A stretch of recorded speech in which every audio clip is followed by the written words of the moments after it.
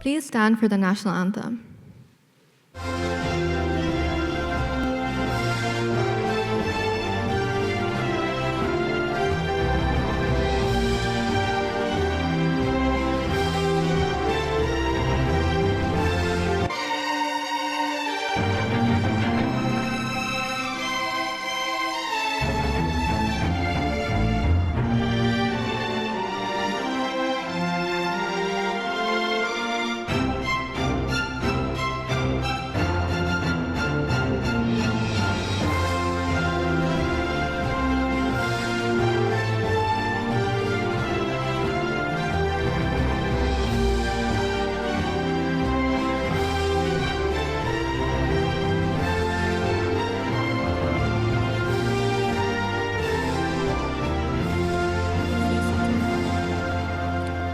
Welcome to TEDx Repton Dubai and our new Performing Arts Center.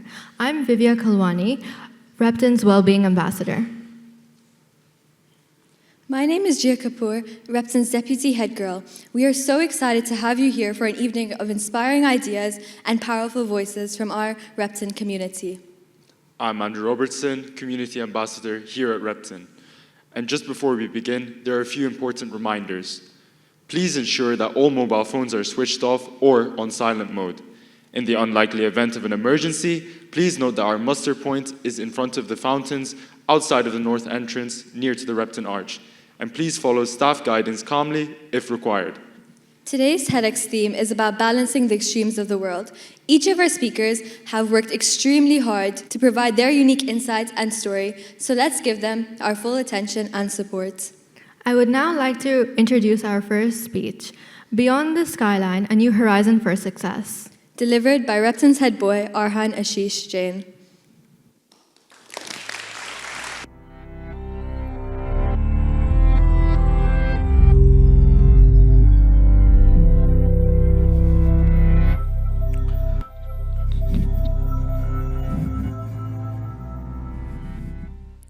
Good evening, ladies and gentlemen.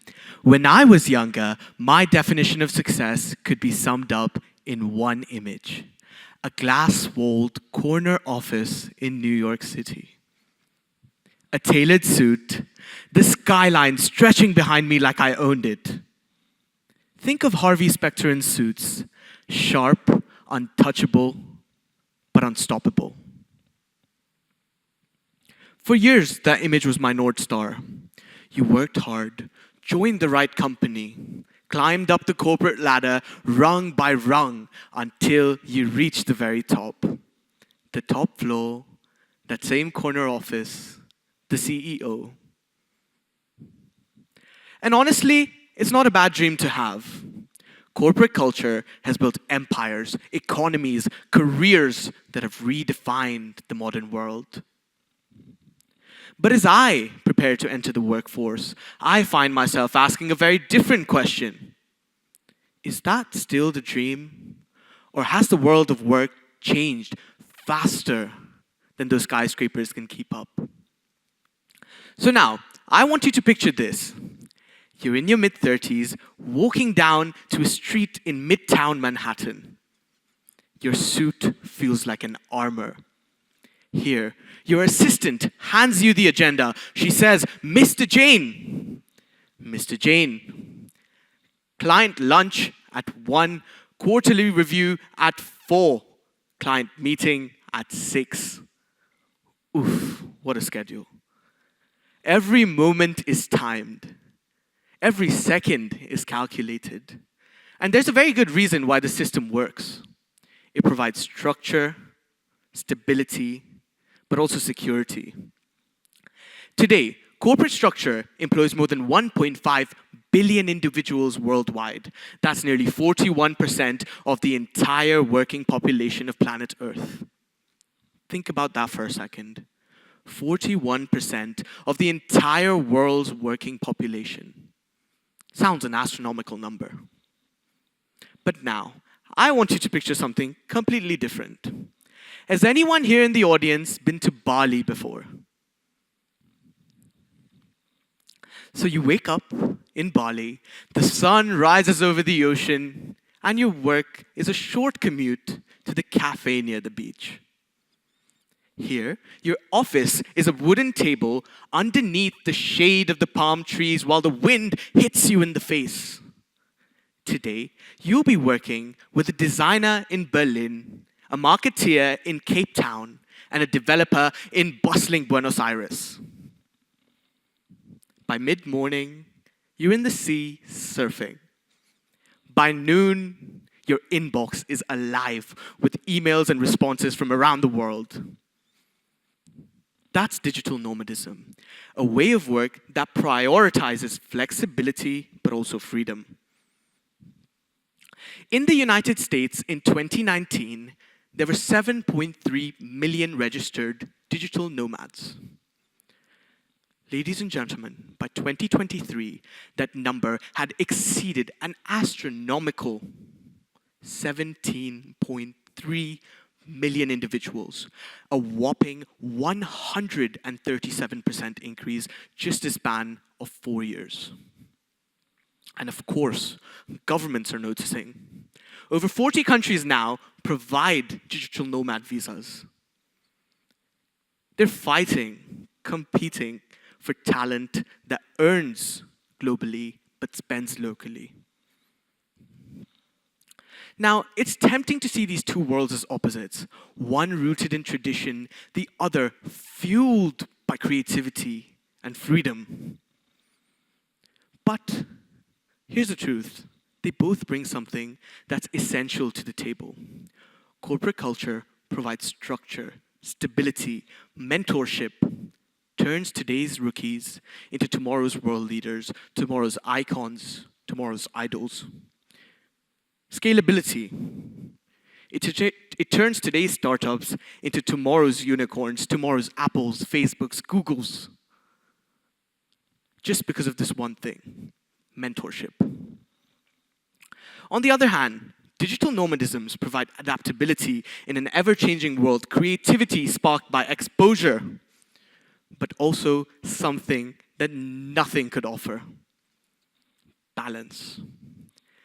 Balance between your work and your personal life without sacrificing one for another.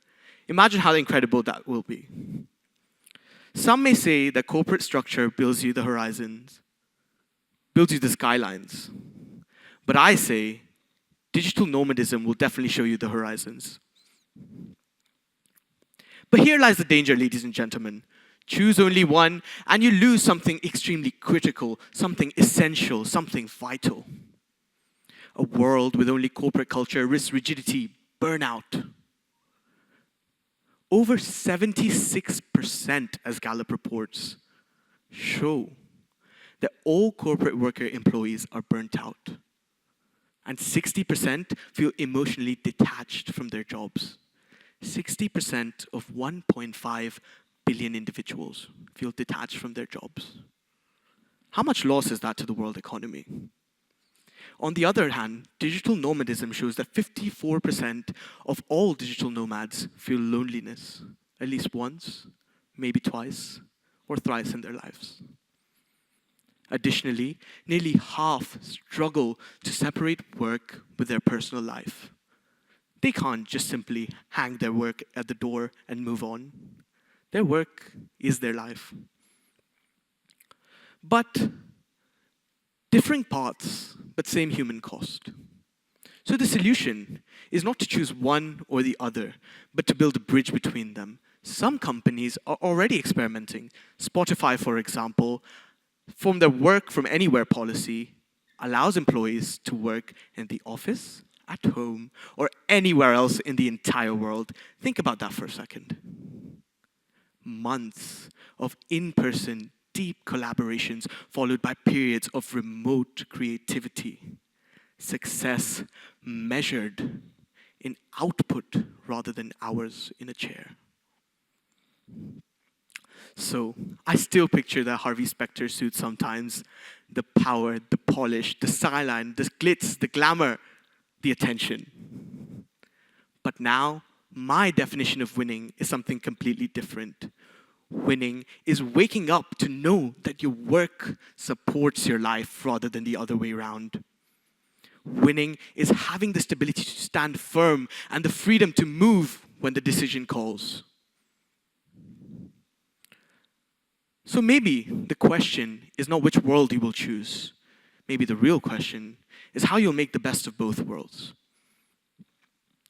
Now, I want to leave you with something that my grandfather told me.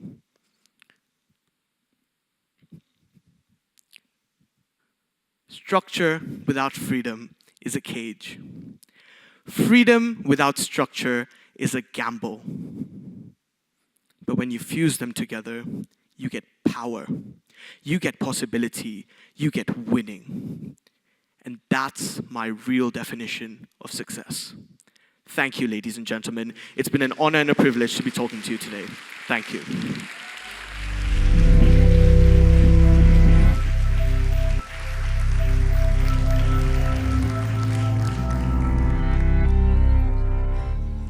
Thank you, Arhan. Up next, we have a very special talk by one of our exceptional drama teachers, Mrs. Emma Watson, exploring the realm of all the world's a stage.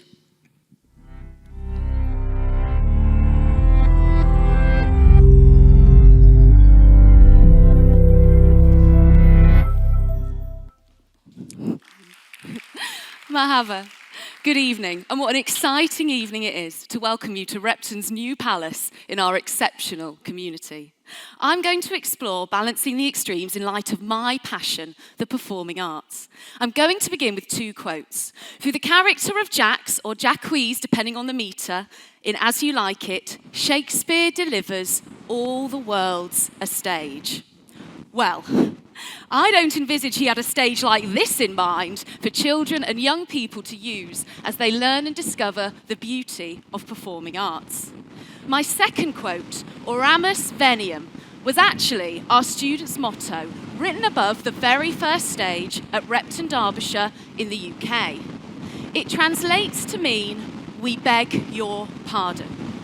In the early beginnings of theatre at Repton, our students apologised, held this visual reminder of an apology for the audience, because they recognised that they were going against what Repton was famous for, its athletic pursuits. I too am going to beg your pardon, because I have your ears for 10 minutes, and whilst you might be relieved it isn't 10 hours, if it were, I would still need more time. So, as we explore the rich histories of performing the extremes on stage, like our students before, I'm going to beg your pardon. Please forgive the gaps as we quickly bounce through time and genre. So, I'm sure that many of you will recognise this iconic symbol of performing arts from this time period. These masks have represented tragedy and comedy for over 2,500 years, representing the extremes of human emotion. But this wouldn't have just occurred on the stage. If we look at the amphitheatre, the seating and the rows would have been a physical reflection of the social hierarchy of the time, balancing the extremes of all walks of life by the positioning of the audience.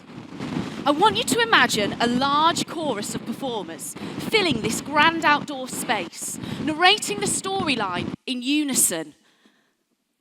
Impressive, huh?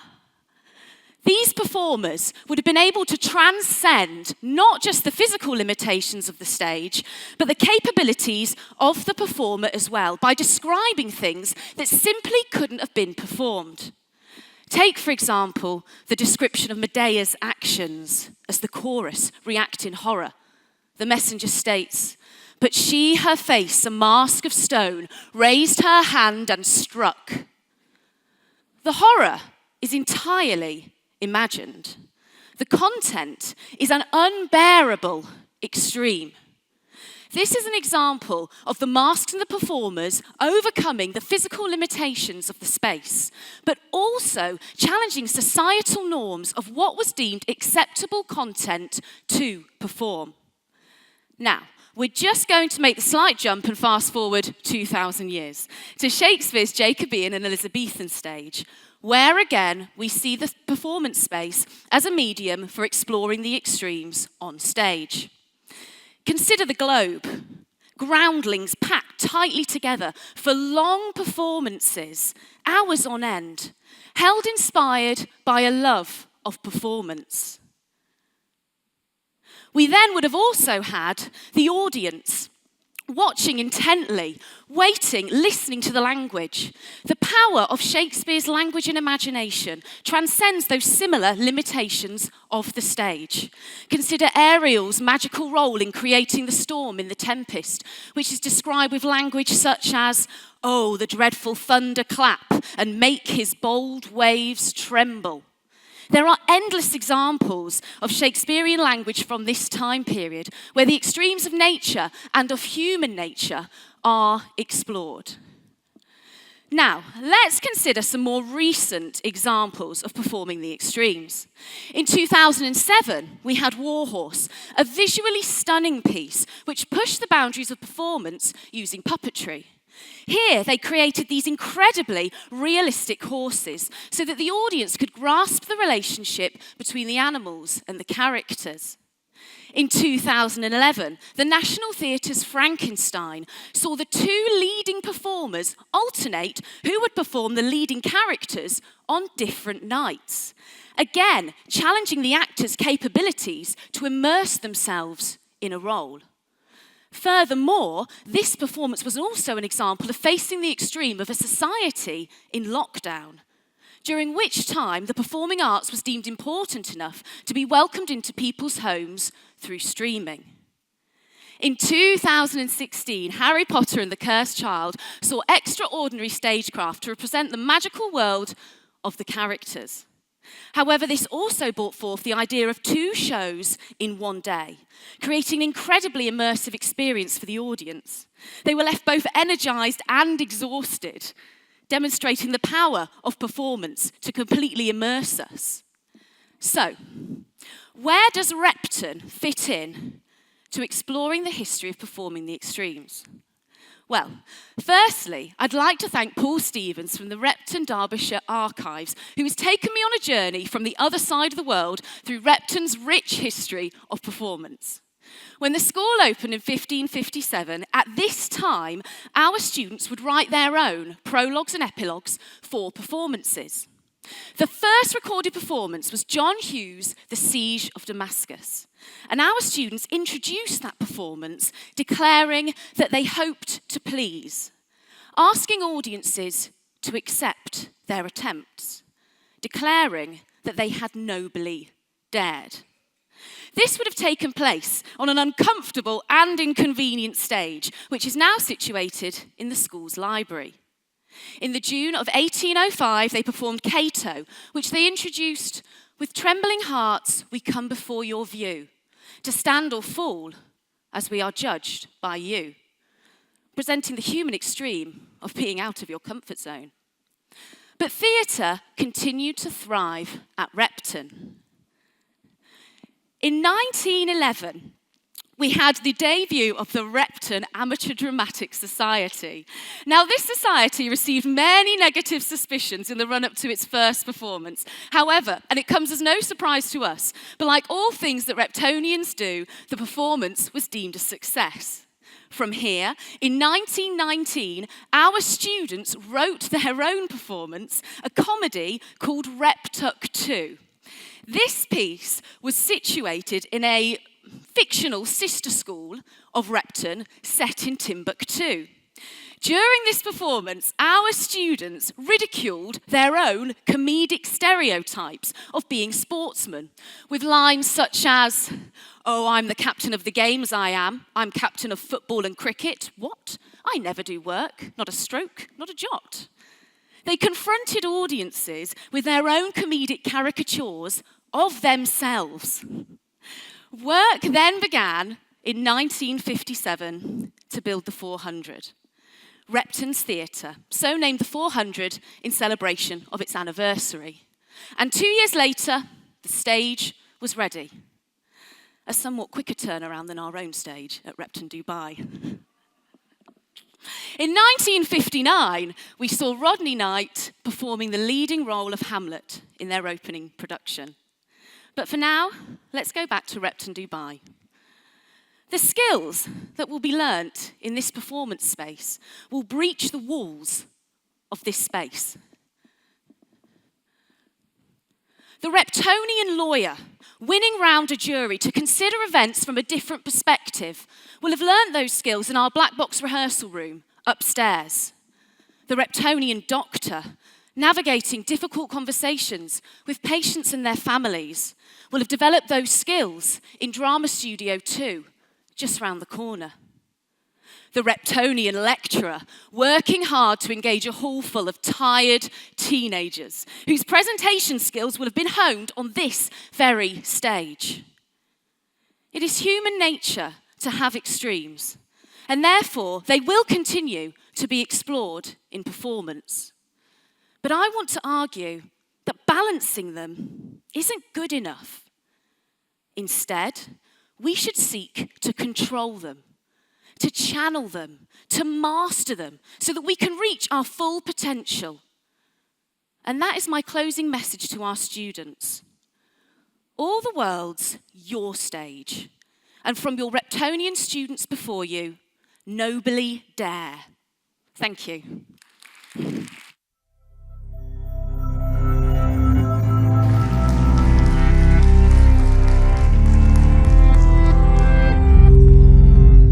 Thank you, Mrs. Watson. Now, I would like to introduce Anna Startseva, who will be discussing the psychology of toxic fandoms.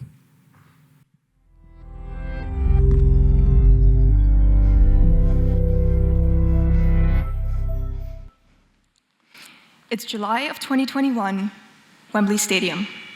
The Euro final between England and Italy is about to kick off, and eager fans are filing into the venue for the most important match of the tournament. Now, surprises on the pitch were to be expected, but the same could not be said for the chaos happening outside. On the 11th of July, ticketless fans had tried to force their way into the stadium, fighting with security and even inciting violence. Over 80 people were arrested over something as seemingly innocuous as a football match. But what really caused this rampant behavior? This incident, and hundreds of others like it, are attributed to a phenomenon known as football hooliganism, which is factional, almost tribal conflict between supporters of various football teams. But even wider than sport, football hooliganism is emblematic of an issue known as toxic fandom. And mainstream media loves to report on the exploits of these communities, churning out boisterous headlines about the latest misadventures of these groups. But although they are frequently reported upon, these communities are rarely examined to understand the underlying causes behind their disruptive behavior. And I know it sounds silly. I know I'm talking about groups that have dedicated themselves to ball sports and pop music. But I hope that by the end of the talk, I'll be able to convince you why it's important not to dismiss these groups and how understanding fandom might be the key to reducing online extremism. So, all of us have probably interacted with fandom in one capacity or another, but just so we're all on the same page, I would like to provide a brief definition. A fandom is a group or community of people dedicated to a topic or pursuit. And that can be anything from Manchester United to MasterChef Australia. And I'll let you guess which one of those I was in. Fandoms have also been integral in shaping modern pop culture as we know it. Take the Star Trek fandom, for example, who pioneered fan journals, or fanzines as they were called, and also spearheaded a letter-writing campaign in the 1960s when the show was slated to be dropped after its second season. And one key feature of fandoms is that there are often very strong bonds between the members of these communities. And to understand why, we can talk about the research done by Macmillan and Chavez. And they identified the importance of a sense of community to a person's belonging within a group. So in fandoms, this can be something as simple as talking about a new release together or celebrating a win. And the more you interact with others, the more positive feedback you get from other people, the more likely you are to stay within the group. And this sounds obvious, but it's actually really important because what is a fandom without the fans, right? And another important feature of fandoms is that they often feel, they often achieve their goals very quickly, whatever they set out to do. And to understand this, we can talk about the theory of social interdependence, which is best explained with an example. So, say you're working on a group project with a few other people. What are your goals for this project? Well, I would assume that it's to finish on time and get a good grade. And you know that whatever you do will directly affect the outcome.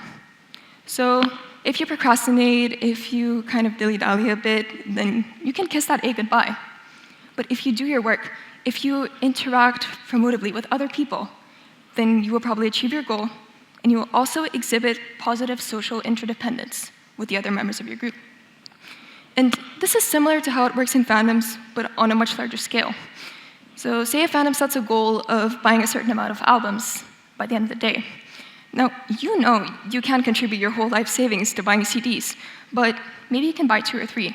And when that goal does get achieved, then you will still feel like you contributed, and you can share in celebrating that goal. And the more goals you help achieve, the more you contribute to the fandom, the more you are likely to get on board with whatever they expect of you. So everything I've talked about thus far can be applied to all fandoms, but now let's pivot to the main topic of my talk and talk about fandom toxicity and toxic fandoms. Within academic literature, toxic fandoms are defined as groups who participate in routine bullying and harassment, whether that manifests online or in person. And a key feature of these fandoms is that they're often very homogeneous in both opinion and expression. And it's not because they turn away everybody who doesn't dress the same or has the same opinion, but it's through the carefully constructed processes of social tuning and prototypicality. To explain this, I would like you to imagine what you think the average football fan to look like.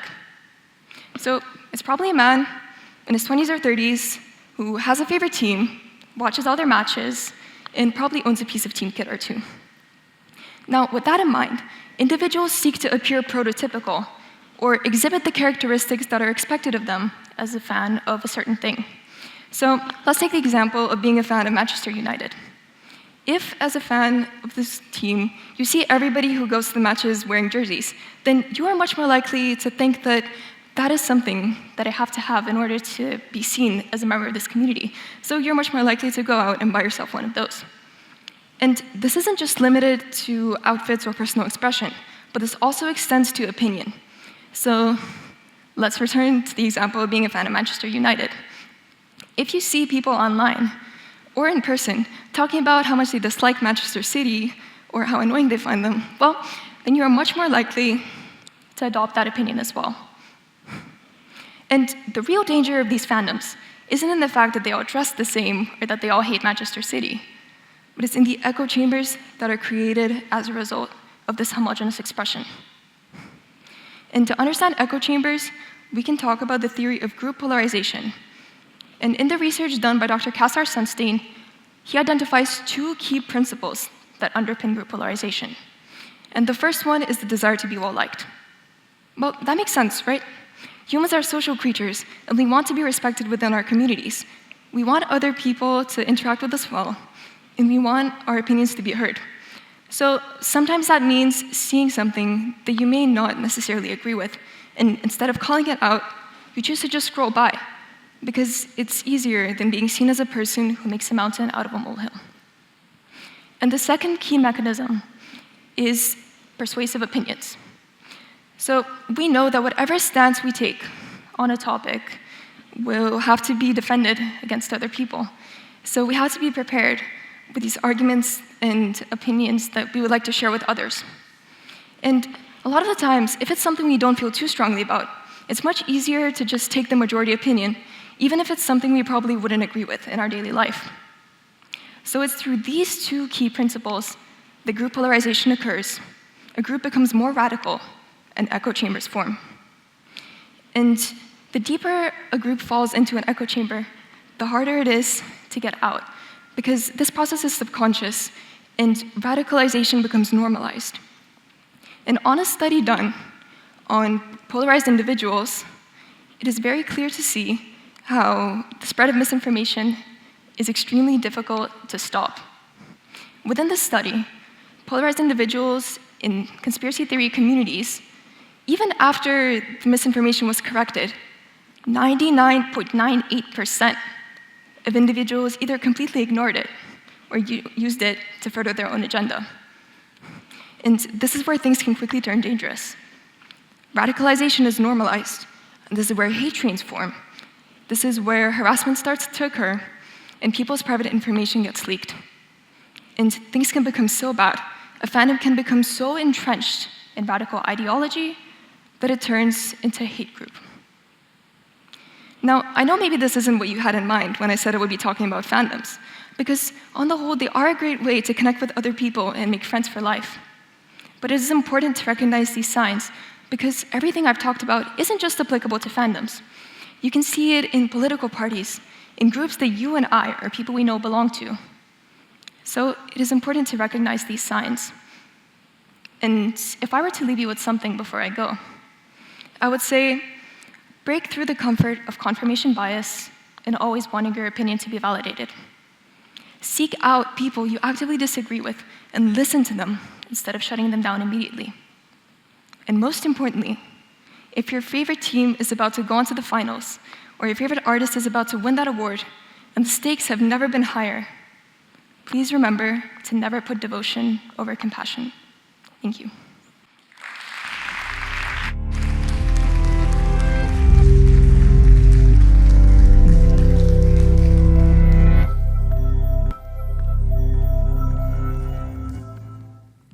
Thank you, Anna. I'd now like to welcome Repton's talented twins, Mikhail and Zidane Vora, presenting Two Faces, One Life.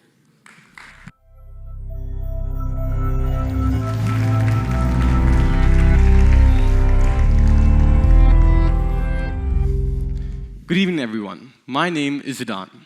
And I'm Mikhail. For most of our lives, coordination was effortless. It felt like a rhythm we both knew.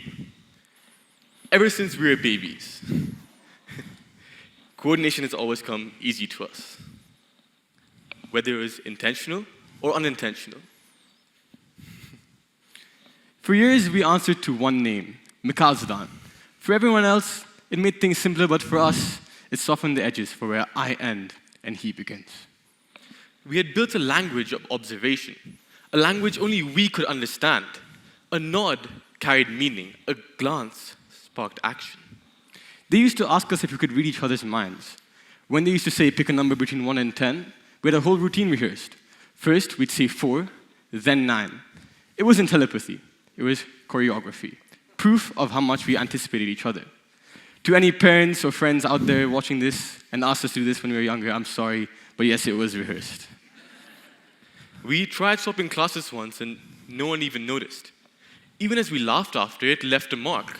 Because identity is easy to mishandle when you treat it like a trick. From the outside, it looked like complete connection. We had perfected we, but were less practiced at I. There was a term where we kept getting the exact same mark on every test. And not just the score, the same tiny mistakes, the same working. Our teacher looked at our papers, and then at us, and did that slight squint teachers do when their inner detective wakes up. The next test, she split us up. 2 different sides of the room with 2 different versions of the paper. And we would like to apologize to statistics because somehow we still landed up on the exact same mark. We promised her we weren't copying answers, we were copying habits. Same study methods, same notes, same way of thinking. And her verdict was perfect. Okay, not cheating, just very aligned. We had a good laugh after, but it also told us something true. When your thinking sinks that tightly, it's easy to forget where you yourself begin. Which is why the next question hit us so hard. What would you do without each other? It happened at parent-teacher night in our old school. You could hear the low buzz of 100 small conversations in our narrow corridors. The teacher had our files open, stacked on our desk like 2 carbon copies. She smiled at us and said gently, almost like a thought out loud, I'm curious, what would you do without each other? We answered the same way you would if a question didn't belong in your world. I said something like, we're a team, and he said we'd be fine. We thanked the teacher and just moved on. And on the drive home, the question felt completely harmless. Like a pebble in your shoe you choose not to remove. We had a match to talk about, homework to finish. The pebble could wait. Yet, that night, the question came back as a quiet echo in my mind. What would you do without each other? I thought of the small things like who answers first, who picks the playlist, who starts the conversation. I told myself it's no big deal, it's fine. The next day, I wrote a question in my notebook, beginning with I. And it felt wrong. It felt like a piece of writing from someone I almost knew. Also, this isn't only a twin story. The numbers back it up. A 2025 survey done at the Chapman University found that twins score higher on identity disturbance tests than non-twin siblings. Things like, sometimes I don't know who I really am, my self-image changes depending on whom I'm around, and I feel torn between being myself and being part of a unit.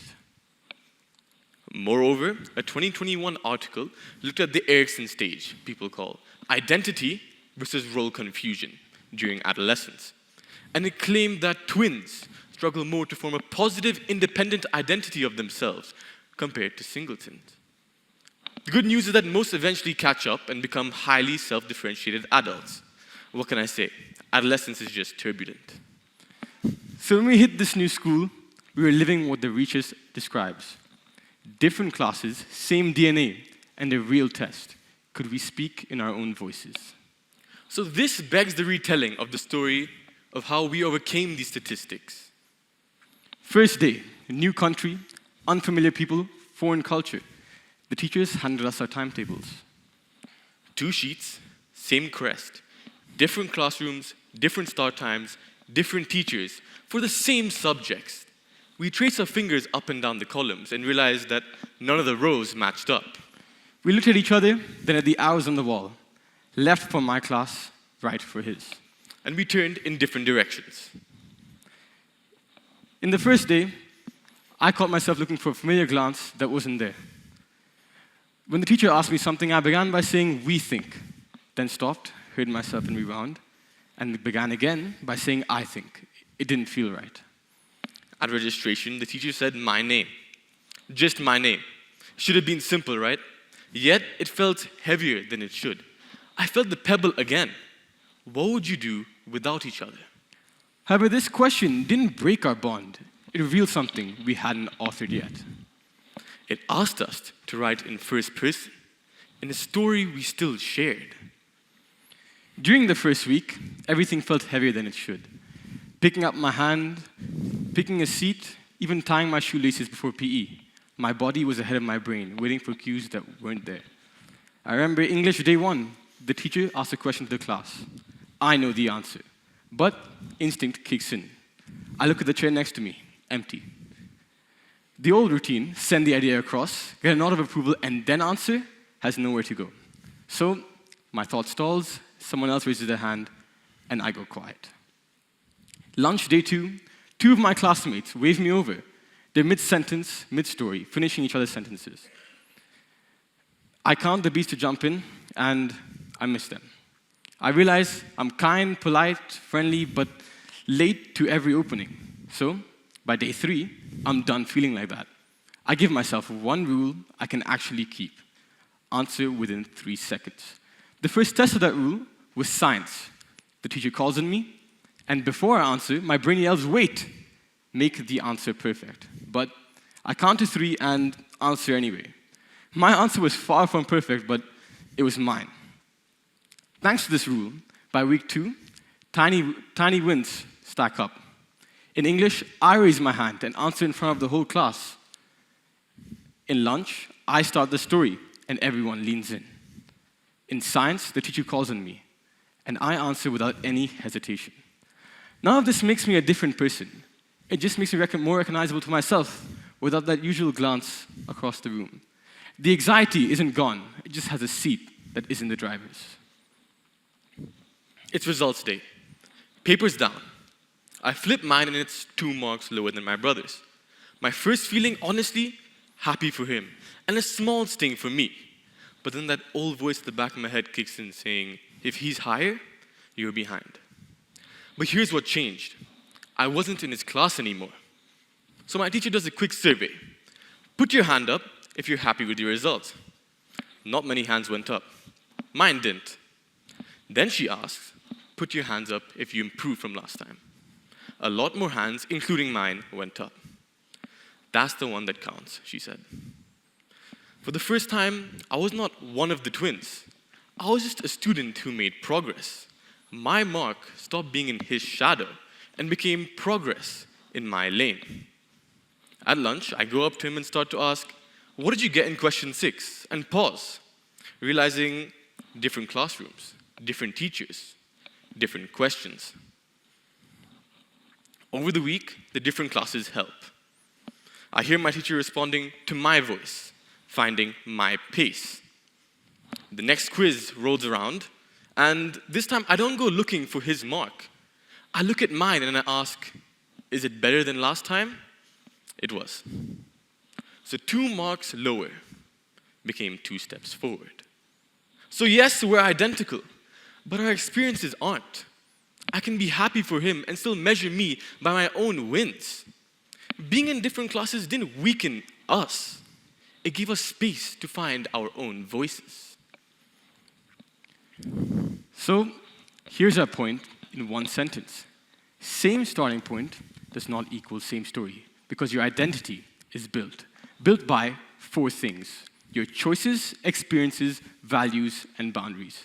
Now, I want you all to imagine you had an identical twin. The choices you make. You apply to university as an engineering major, and your twin applies as a law major.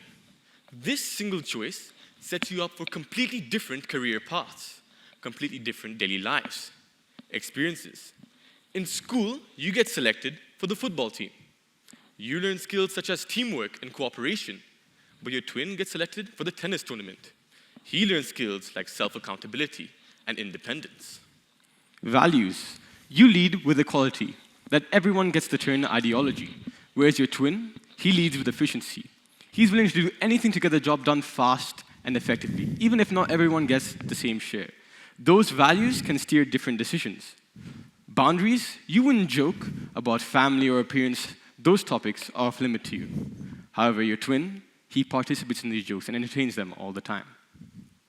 So 2 people can look exactly the same, even have the same DNA, and still become completely different individuals because of the choices they make, the experiences they live through, the values they hold, and the boundaries they set for themselves. So yes, same story does not equal same starting point. A twin is like a mirror. A twin is like a mirror. You see what you share.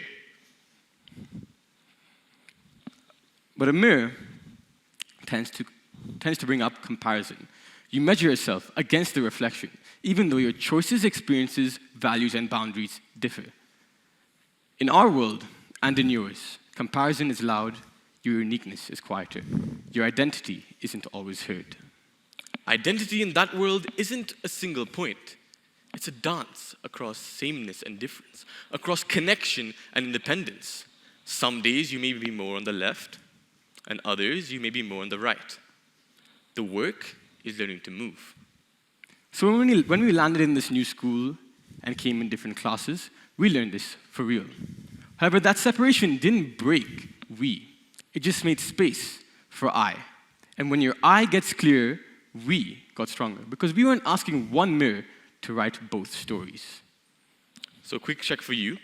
If you had an identical twin, what's one choice you still claim as yours? What's one value you'd hold even if no one clapped for it? What's one experience you say defines who you are? And what's one boundary you'd set no matter what? Those 4 answers are a simple map of your identity, authored, not borrowed. If you write them down later, you'll realize they don't depend on a mirror, they depend on you. And you don't need a twin to do this. Any close bond, like a teammate, best friend, can blur edges. The fix isn't to choose distance or closeness, it's to choose clarity inside closeness. So the lesson from this thought experiment is the same lesson from our hallway. Same starting point does not equal same story. The biggest shift from coming to the school wasn't just different classes. It was the way this school runs. It pushed us to grow apart, and weirdly, that made us value each other even more. When teachers said Zidane and Mikhail, and not the twins or Mikhail Zidane, it allowed us to speak for ourselves. It sounds tiny, but it made us show up as two different people and not a set. Separate feedbacks and checks. Comments like, keep this, fix that. Parent-teacher meetings were booked individually. Reports came through separate portals. For the first time, progress felt personal. Timetables that don't match, lessons with different starting times, assessment on different days. That forced us to plan, where do our paths cross? We had to set intentional meetups, 5 minutes at the end of the break, and a quick check before lunch. A diverse environment that teaches you how to interact with people from all over the world. Group projects weren't just simply divide and present. They were to learn how the other person thinks. You pick up small things like how to say names correctly. Listen before you jump in. This changed not just what I say, but how I speak altogether. For me, the diversity here meant whole new playbooks. Different backgrounds allow for different problem-solving strategies. I learned to explain concepts to someone who hasn't lived my experience, and I borrowed strategies that I would have never invented myself. And when we met after school, we traded these lessons. Being in different classes actually multiplied what we brought back to each other. The school didn't split us apart. They gave us lanes, and that made our crossovers mean more. Because the day wasn't shared by default. We chose each other on purpose. Planned meetups, quick voice notes, showing up for the big occasions. Getting clear on I didn't pull us apart. It allowed us to combine our strengths on purpose. Two complete people choosing to back each other is stronger than one merged identity. Different classes gave us different skills. You put them together. And we didn't just add, we multiplied. I spot steps he might skip. He sees people I might miss. That's not matching. That's covering each other's blind spots. And it shows up everywhere. Projects run smoother, games feel smarter, home feels braver. Our time together wasn't presumed. It got protected. We're not halves of one person. We're two full identities. Identity isn't something we found after sameness. It's something we authored by our choices, experiences, values, and boundaries. As our I got stronger, our we got clearer. The world says pick between connection and independence.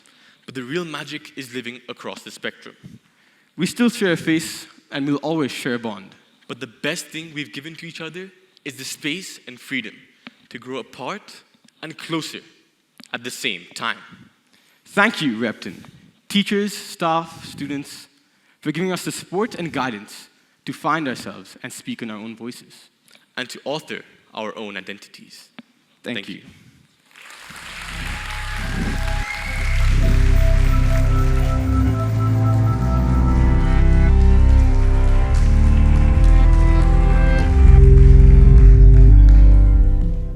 Thank you, Mikhail and Zidane. Next up, we have Sophia Alamki, whose talk will be centered on balancing extremes of confidence and humility.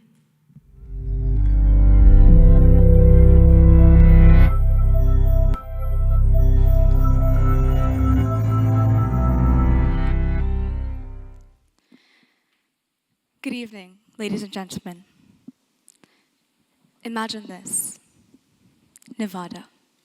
A vast canyon stretching across the horizon. A rope bridge spans the peaks of two opposing giant mountains. You are standing in the middle. All is going according to plan. You've done the work, covered half the distance. You've only another half to go until you reach the final destination. When in the blink of an eye, disaster strikes. Out of nowhere, a fiery inferno blazes upon the forested peaks behind you. You pick up your pace, set forward with determination, when suddenly, a massive expanse of thick fog spills out towards you, crushing any chance of seeing your way through. You're now faced with a dilemma. You turn back and you risk getting burned, or push forward knowing you run the risk of falling into the abyss below. That, my friends, is the daily reality of business. Every step forward requires a leap of confidence. But lasting success demands something else. Humility, the willingness to listen, adapt, and learn from the world around you. I'd like to tell you a story that demonstrates this and why balancing these extremes is paramount to thriving in business, innovation, and in life. And so onto the tale of two founders. A few years ago, I had the pleasure of meeting two fabulous entrepreneurs. Let's call them Adam and Yasmin. Adam was the consummate businessman, the very epitome of confidence, walked into every meeting like a conqueror. His startup successfully launched products at lightning speed. Perfection is procrastination disguised as ambition, he said. And so he boldly entered new markets while the competition was still figuring out how to spell the domain name. Let's turn to Yasmin. In business, she was his polar opposite. Cautious, thoughtful, methodical. She weighed up the pros and cons of every opportunity, obsessed the finest detail of every transaction, and probed all customer feedback before carefully moving forward. However, this humility, her trusted compass, often led her astray as she hesitated long after opportunity's window closed. Both companies failed. Sure, Adam's confidence pushed him forward, but it also steered him into danger. He captained his vision like a ship at full speed, convinced that momentum alone would carry him towards success. But while he fixated on the horizon, tiny leaks began to appear below deck. We'll deal with that later, he thought dismissively, ignoring the persistent warnings of his crew until confidence wasn't propelling the ship anymore. It was sinking it. On the other hand, yes, Yasmin's attention to detail and humility provided strong foundations for a solid business model. Yes, she was the epitome of trust and security, and her clientele loved her for it. However, the very qualities that allowed for this also put a freeze on for progress, laying bare her inability to keep up with her competitors. Opportunities slipped by as she endlessly researched and vacillated on every decision. Competitors ate her lunch while she was still designing the menu. So, here's the cliffhanger. What if Adam and Yasmin didn't have to choose between confidence and humility? What if, instead of two competing forces, they became counterweights, two forces in tension, creating a harmonious balance rather than a conflict? What if the two could perfectly rule in symbiosis? So, can we surmise that confidence gets you into the arena, humility keeps you in the game, and balancing the two gets you into the final? Confidence says, we can do this. Humility asks, but can we do it better? In the case that these two don't coexist, that's when you risk getting benched. Look at Apple. Steve Jobs' success story starts with a bang. That bang, his intense confidence. He bet big on products no one believed in. iPhone, Macintosh, Pixar's film, all revolutionary designs. That confidence shattered norms. It wasn't the kind that went under the radar or escaped people's attentions. No, it was the kind that was revered, noticed, people noticed, his colleagues noticed. They even went as far as coining the term reality distortion field, because he had an almost hypnotic level of belief in his ideas that he could bend and manipulate reality to fit his vision, to serve his agendas, to push his objectives. But you want to know what he didn't do? What he didn't do was solely rely on his internal confidence, because he knew how important it was to have trust in his intuition. People don't know what they want until you show it to them. This wasn't just an opinion for Jobs, it was the core philosophy he built Apple around. And with this philosophy, he did the unthinkable. He rejected market research, instead favoring his instinct over data, betting everything on unseen demand. He didn't run focus groups or hand out surveys because he knew research reflects the present. But innovation, what he was really after, was building for the future, not the present. And in 2007, out comes the iPhone. How many of you in 2025 can't leave the house without their phone? In 2007, they didn't know how essential a phone would be to their everyday lives. They settled for wanting better phones, smaller, quicker, more buttons. Jobs didn't listen. He didn't create a better Nokia. He erased the keyboard, merged 3 industries into one device: phone, internet, iPod, all neatly tucked into your pocket. He wasn't responding to demand, he was creating the demand. That risk-taking required courage, the nerve to look fear in the eye and not treat it as a threat, but as a necessary price of creating something the world had never imagined, the price of innovating. But, and there's a but, there's always a but. Here's where the story shifts. Confidence builds empires. But when it tips too far, when it stops listening and grows unchecked, it begins to decay into ego. What once fueled innovation was the very thing that rotted from the inside when it stopped making space for humility. Inside Apple, that same magnetic conviction that once drew people in began to repel them. Jobs didn't just believe in his ideas, he dismissed anything that didn't align with them. He clashed with the very executives he bought in. Meetings turned to battles. Collaboration turned to control. Discussions turned to domination, and innovation into a one-man mission. His colleagues later said that working with Steve was like being swept up in a force of nature. Brilliant, but impossible to resist or redirect. And then came the moment no one expected. In 1985, Apple, the very creation born out of his parents' garage, shaped by his visions, stripped him of his authority, forced him out of his own creation, not because his ideas lost their brilliance, but because he stopped allowing them to be challenged. Innovation didn't fail. It was the moment where confidence eclipsed humility and leadership became a solo act instead of a shared vision. This moment wasn't just corporate strategy, it was a reckoning, a turning point where confidence existing without humility collapsed under its own weight. Okay, so if Jobs failed, who can we look to as the perfect player? With Adam's confidence and Yasmin's humility.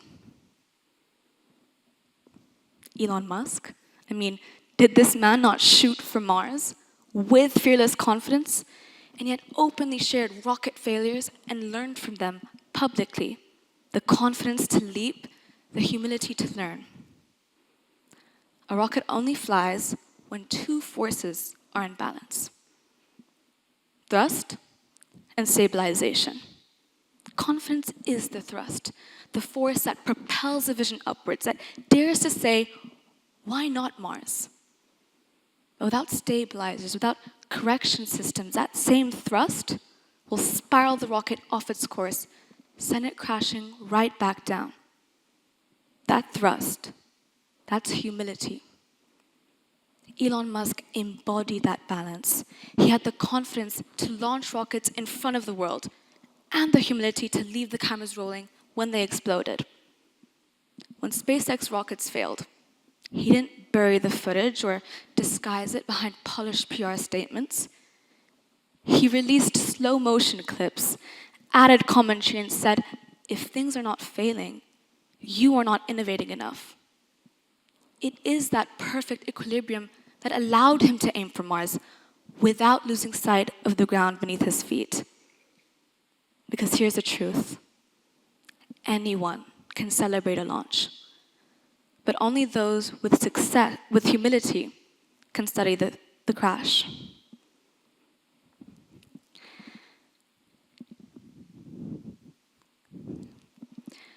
Back to the rope bridge. Standing there, you have a choice. Step forward or fall behind. But if you're only scorched in the flames of confidence, you'll crash out. If you freeze in the fog of humility, you'll lose your way. The leaders who build lasting success, those who pioneer and endure, are the ones who master both. They step boldly, listen deeply, and adapt gracefully. Now, as students and as future leaders, ask yourselves this. Are you ready to be both Adam and Yasmin? Ready to dance the delicate balance of confidence and humility? Because the future doesn't just reward the brave or the cautious. It rewards those who dare to balance the extremes. Thank you.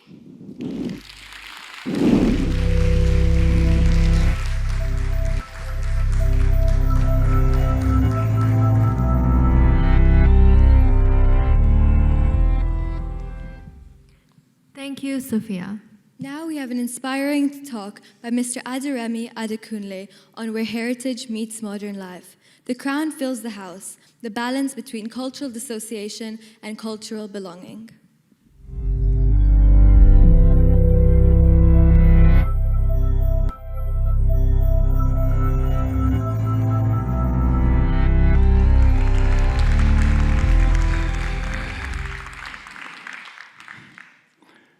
My name is Aderemi Adekunle, an English teacher, and you will never guess where I grew up. Shakespeare Walk. So I'm sure we can all agree that I was destined for literary greatness.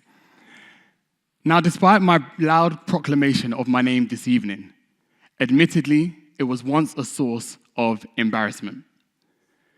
I was born and raised in London to a Nigerian father and a Cameroonian mother who migrated to the United Kingdom in the 1980s. This makes me a first-generation British individual. My parents were proud of their culture. They spoke their language, kept their traditions, and carried home with them in their hearts. I'd like to think I was a helpful courier between the two worlds they occupied.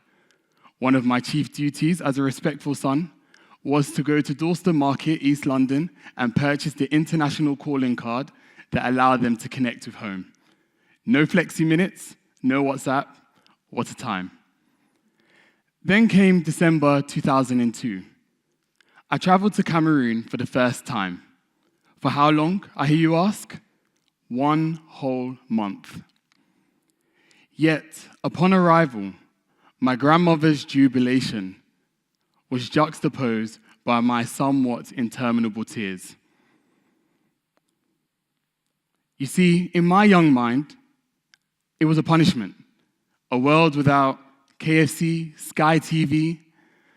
What I failed to realize and appreciate was the richness of the red earth under the glowing sun. The laughter of cousins who embraced me like a long-lost brother.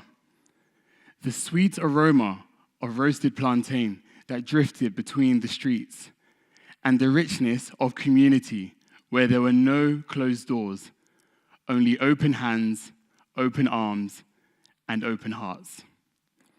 Cameroon was and is breathtaking, but I was too young, too Western in my thinking to appreciate such. What I mistook as an inconvenience was in truth an invitation to explore myself in a way that I had never done before. As my childhood progressed, this quiet struggle continued. Could I ever fully embrace my African heritage in the way that my parents did? Or would I only express it within the invisible British boundaries that I had created? This internal tug of war was an unequivocal indication of my fractured sense of self. Cultural dissociation is defined as the internal feeling of being alienated and detached from one's identity and culture. I was ashamed of my surname. I wanted to exchange Adekunle for Anderson, ancestry for acceptance. But this is not just my story. In an increasingly globalized world, thousands experience this internal struggle. We move countries, we form friendships, we start families, and yet culture can fade into the noise of adaptation, which then begs the crucial question, where do I belong? Perhaps this is relevant to you. Here we are in this beautiful performing arts center in the melting pot that is the United Arab Emirates, a land of opportunity, diversity, growth, and constant movement. Parents, you have children who may already be studying abroad and look forward to studying further abroad. We delight in their global exposure, but how do we ensure that they remain rooted, connected? How do we ensure that they become evergreen trees of cultural pride, whose low-hanging fruit others can see and admire? Because the threat of cultural erasure is real. Assimilation, when it goes too far, results in what psychologists term cultural bereavement, the grief of losing one's roots. So in a world of extremes, in a world that prizes uniformity, how do we protect our individuality? For me, it began with a journey that unfolded through two guiding principles: intention and inspiration. Intention. Belonging is learned in talk. Our speech is not neutral, neither is it dormant. It is actively shaping who we are and how we are.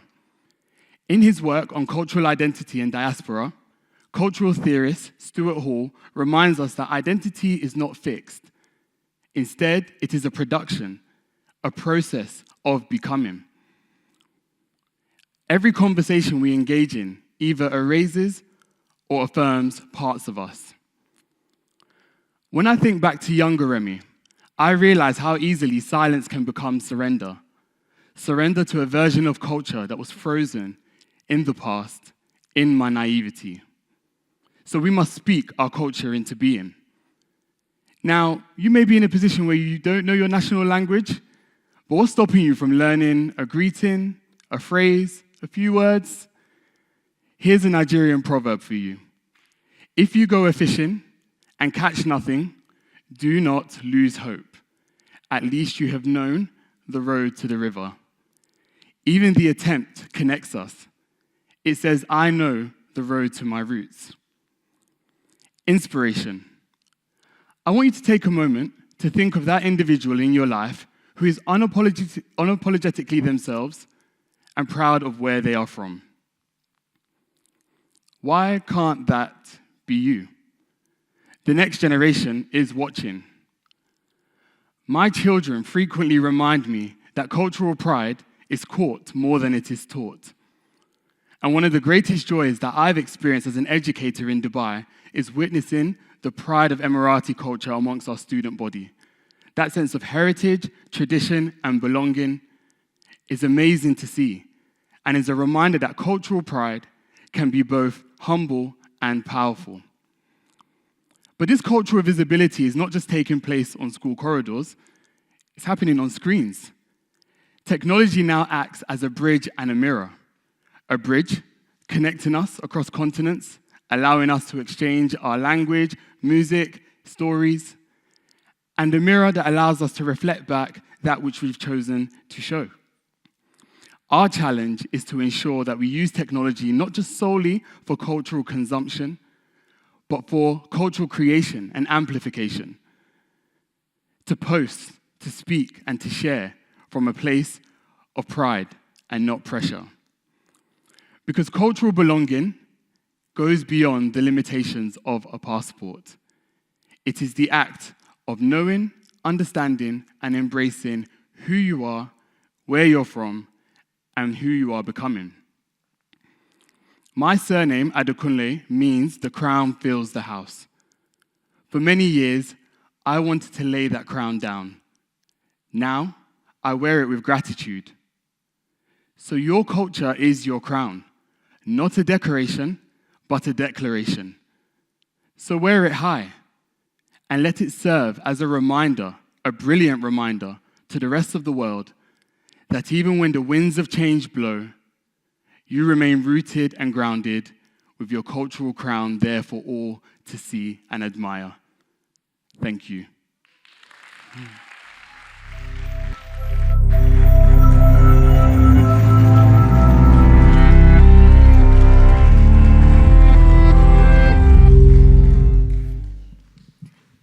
Thank you, Mr. Adekunle.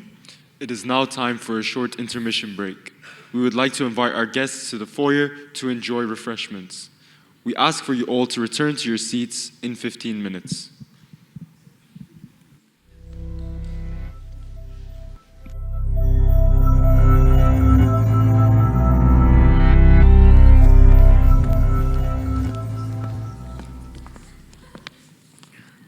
Welcome back, ladies and gentlemen. I hope you stretched your legs and enjoyed your canapes. Our next talk is by Repton's head girl, Amira Dual, on the balance between structure versus chaos.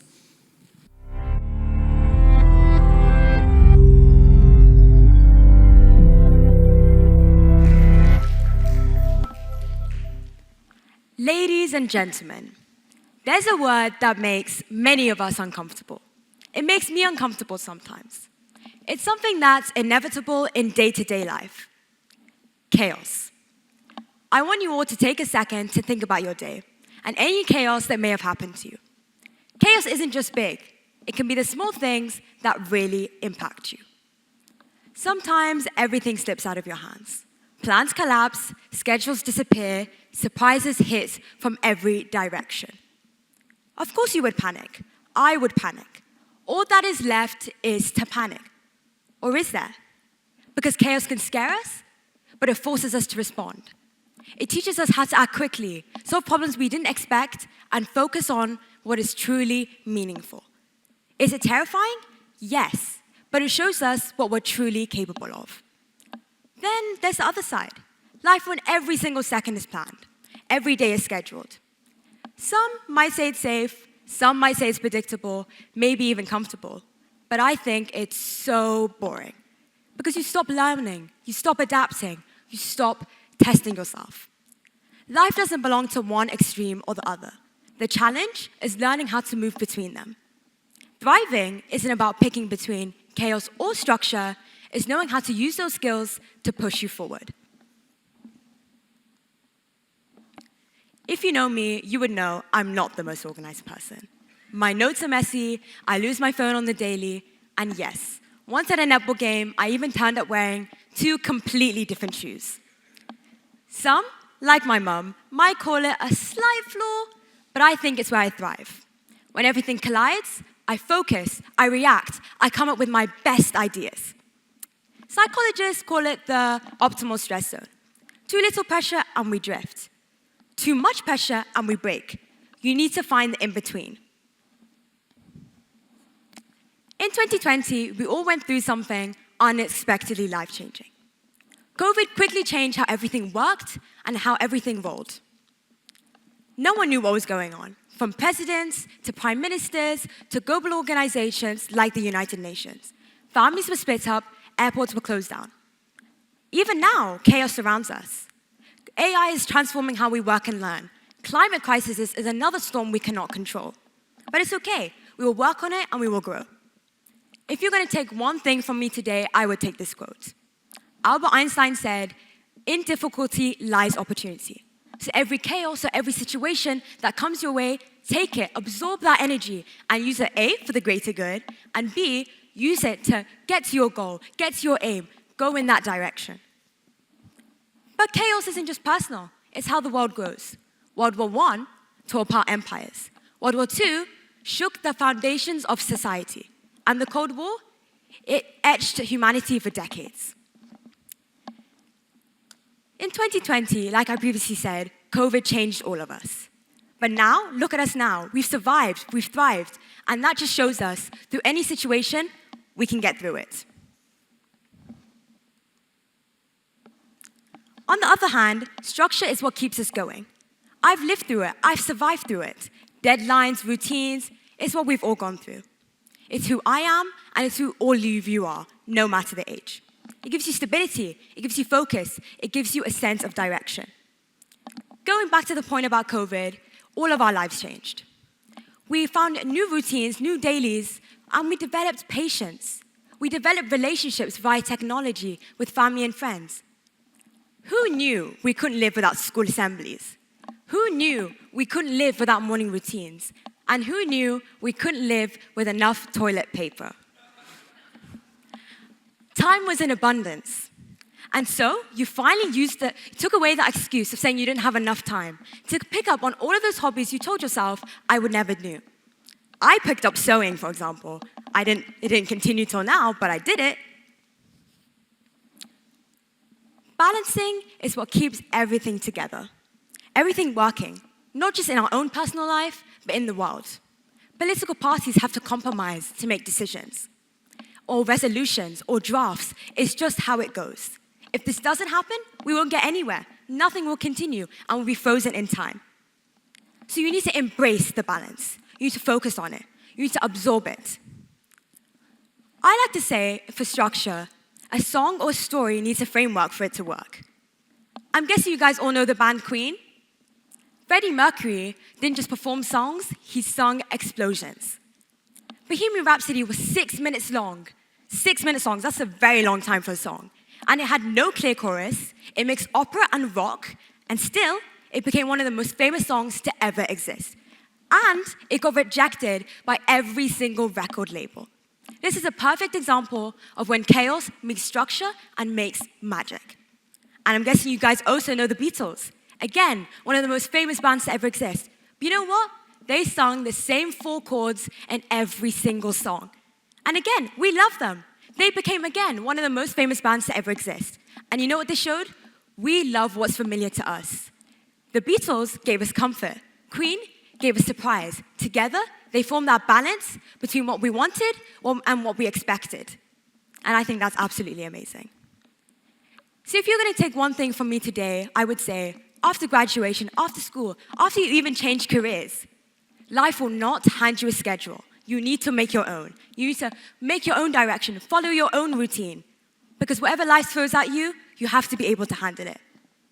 So start now, take risks, adapt, stumble, recover, and start again.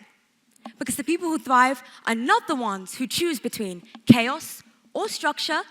They are the ones who know how to move between them. Thank you.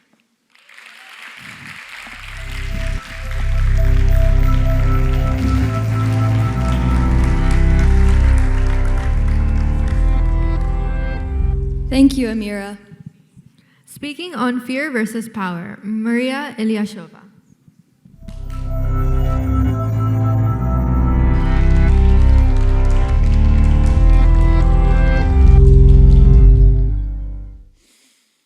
Good evening, ladies and gentlemen. My name is Maria Ilyashova, and today I want to talk about fear. Imagine you're sitting in the classroom, and the teacher asks a question you definitely know the answer to, but your hand stays down. You're afraid of sounding stupid, afraid of making a mistake, afraid of a judgment. Now ask yourself, how many opportunities have we missed not because we weren't ready, but because we were afraid? And all of these fears, if we allow them, can become an unsurmountable barrier to our lives and our potential. Fear has an ancient nature. Throughout the centuries, people who feared and overcame fear survived. You could say we're descendants of people who knew how to accept and conquer fear, turning it into a fuel for life and a resource for survival. Everyone is afraid of something. Insects, viruses, snakes, dolls, mice, fear is an integral part of our personality. Fear is a natural reaction for the unknown or dangerous. If the danger is real, for example, a fire starts, fear becomes a very useful survival mechanism. Adrenaline gives us energy and enhances speed and strength. And yes, many fears are useful and protect us, but there are also irrational, unexplainable fears. We call them phobias. For example, fear of space, agoraphobia, fear of sleep, hypnophobia, or even the fear that the peanut butter will stick to the roof of your mouth, arachibutterophobia. There are thousands of such phobias. Many thinkers have called our times the age of anxiety. From childhood, we were told that fear is so bad, but is it really so? No.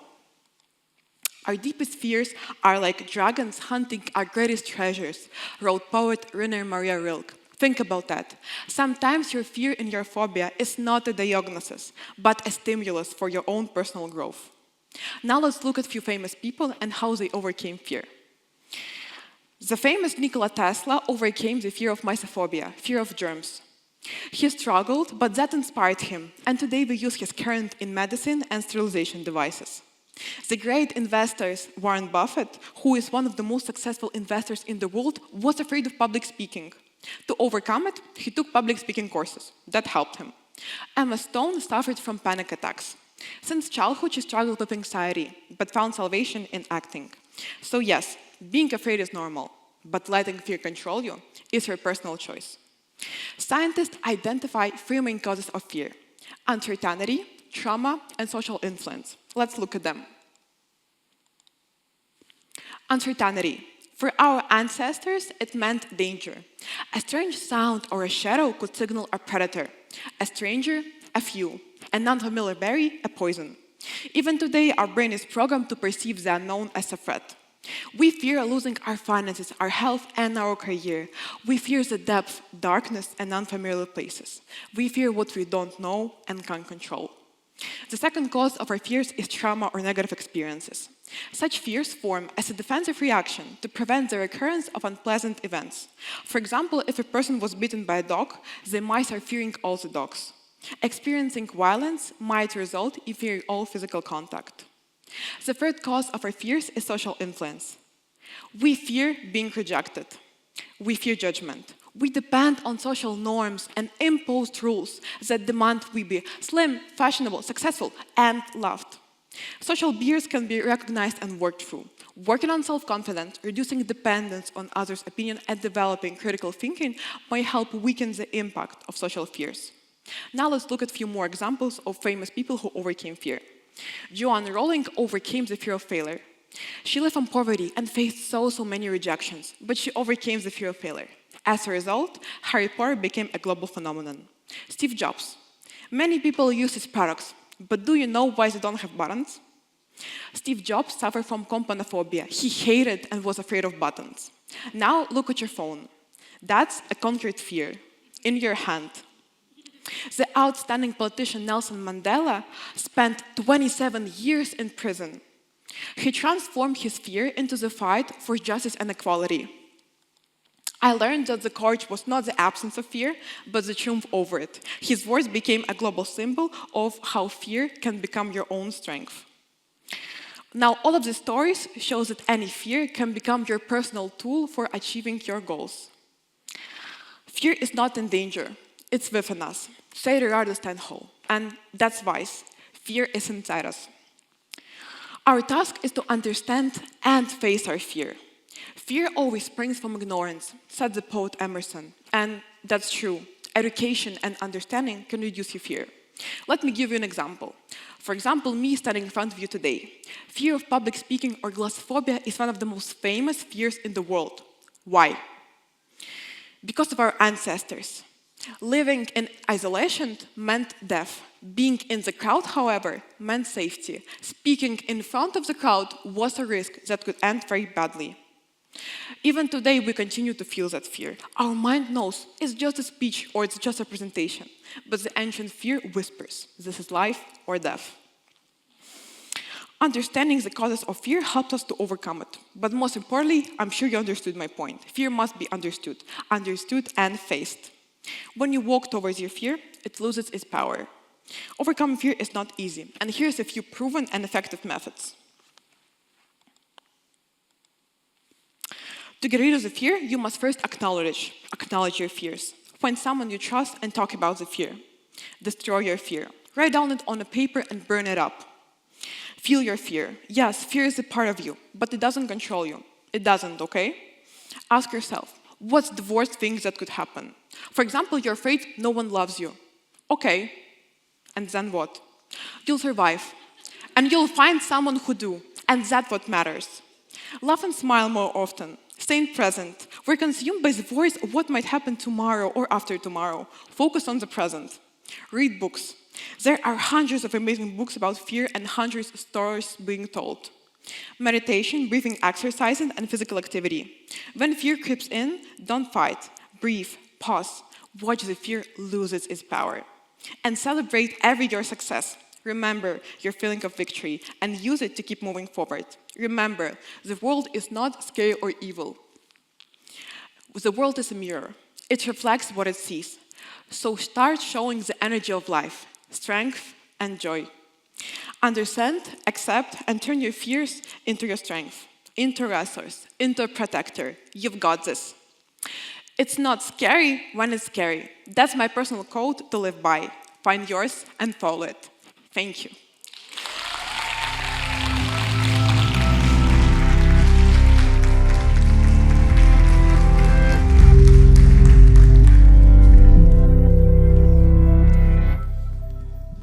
Thank you, Maria.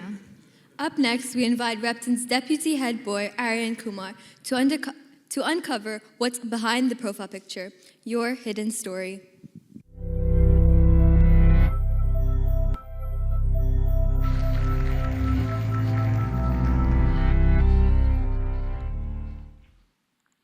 We scroll day in, day out, curious and intrigued, craving a specific persona.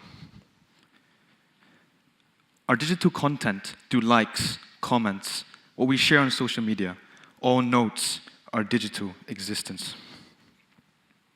Well, is our true identity expressed by a profile picture or by a carefully tailored mask that we project on social media, masking our reality? Have you ever considered where we draw the line between true identity and inauthenticity in a world of extremes? Well, self-consciousness and our strategic activity on social media overwhelm us. They often lead us to create this more refined, more engineered, and bold personality, often hiding our true identities. But this comes with certain benefits or complications in our identities. This can be a good thing. This can benefit us. And there are plenty of examples of people who've succeeded by doing this. But, of course, there are complications. This forms the double-edged sword of social media. Sure, it promotes self-development, but at what cost? At what expense? Our identity and our uniqueness. Ladies and gentlemen, this leads me to today, where I'll be discussing where I draw the line between true identity and inauthenticity in a world of extremes. Well, many of us use social media for multiple uses, being personal, educational, business, and volunteering. Most of us have profile pictures which we employ to create this distinct personality among us. This is what sets us apart in the digital workspace. We want to make the best out of social media, projecting our strengths, not only our judgments and harshness and opinions of being perceived by others, but it's our morale to project our best selves on social media. So, why are we so obsessed about creating this image that we are beyond our highest extent in social media? Why do we create this visual representation of ourselves, of our identity that we project on social media? Is visual representation, is this an opportunity for us to employ this mask? Is it this opportunity to make the most out of online fakeness? Or is this an opportunity for us to really showcase our character and true personality? Have you ever found yourself editing or retaking pictures on social media? Do you ever find yourself on your Instagram stories crafting or changing the music so that it best meets your aesthetically pleasing standards? I question, why do we do so? Is it because of the fear of judgment? Is it because of the fear of being misinterpreted? What's the point? But it's not only fear that takes into account with this ever-changing problem, an ever-growing problem. It's also our type of personality. Often, we find that different personalities will interpret this problem in different ways. More buoyant personalities, such as extroverts, will use unconventional images. They would express this playful and careless identity as a profile picture. But more introverted personalities will also Not only will they not showcase this careless identity, but they don't want this attention casted upon them. They want to be hidden. They don't want attention. They want to be carefree. They may be calculated, but they may be strategic. As human nature, we always discuss why we want to always create this first and striking impression of us, even when meeting new people, in relationships, in a business interview, in an internship application, even in school amongst our teachers and peers. But this is also applicable in the world of business and finance, as well as its role in our self-consciousness. Personalities do blur the line between identity and inauthenticity. But the line between identity and authenticity is blurred. It needs to be cleared and emphasized and emboldened so that we're comfortable within our own skin. We are the ones who are going to embolden and form this line. If we don't, we're at risk of losing ourselves, our identity. What's most special is behind the profile picture, not what's in front. This is a downside of social media. Playing smart, acting strategical and calculated often overwhelm us. They create comparisons, the thief of joy. But they put us at risk of losing ourselves. We don't need this accumulation of stress. We don't need this accumulation of downplay. What we do need is to feel inspired and comfortable within our own skin, especially as teenagers, which leads to adulthood. The worst part is a profile picture is only a small example of this ever-growing problem that extends beyond social media, but extends to our relationships, our work, and also our relationships with peers. It extends beyond our self-consciousness. We may change for the better, or not even for the good. A case study was taken place by Cornell University. The case study mentioned that some people who manage their self-consciousness differ and use this in different methods because of their different personalities. Well, what is the reason behind this? We must question, where does this problem stem from? Is it our familial culture? Is it our place of origin? Is it our school? What is the intent behind our actions on social media? Are we doing this for validation? Are we seeking approval from others? What is the intention of our activities on social media? Of course, I agree. New experiences are good to develop our personality. We need them for self-maturity in order to grow into more successful and mature adults. But at what cost? At what expense? Is it our face, or is it what's behind the profile picture? There's so much more than what's behind the profile picture. Well, yes, social media is under the influence of these dynamic standards that causes people to fear expressing themselves. So instead, we just fake it. This is why artificial content exists on social media. It's more beyond something, an entity that we want to be, than something that we already are. It masks reality, and it stimulates something that we want to be. A fiction. This is why we fake it on social media. Well, where do we stand when facing these dynamic standards? What is the toll on our mental well-being? Let's discuss what happens when we don't balance it out. A BMC public health report in 2024 stated and investigated the links between self-presentation and the obsession of being self-aware and subconscious amongst teens with the symptoms of depression and anxiety. Specifically, for all you nerds out there, this study used cross-sectional and longitudinal data to investigate this link amongst teams. Well, this study concluded that teens who had this obsession with self-presentation often displayed more symptoms of anxiety and depression. Well, we can infer that this stems from childhood, as I said before, but it also leads to adulthood. If it leads to our adulthood, what's going to happen to our next generation? Are we going to be facing the same problem, or are we actually going to make a change? PMC concluded that caregivers, brothers, sisters, parents, it's our responsibility to take care and to influence the next generation. It's our responsibility to employ and propose and showcase these digital and healthy digital media habits so that they can influence our peers and offspring. Do we want to move forward? We always say that we want a promising future. We should act.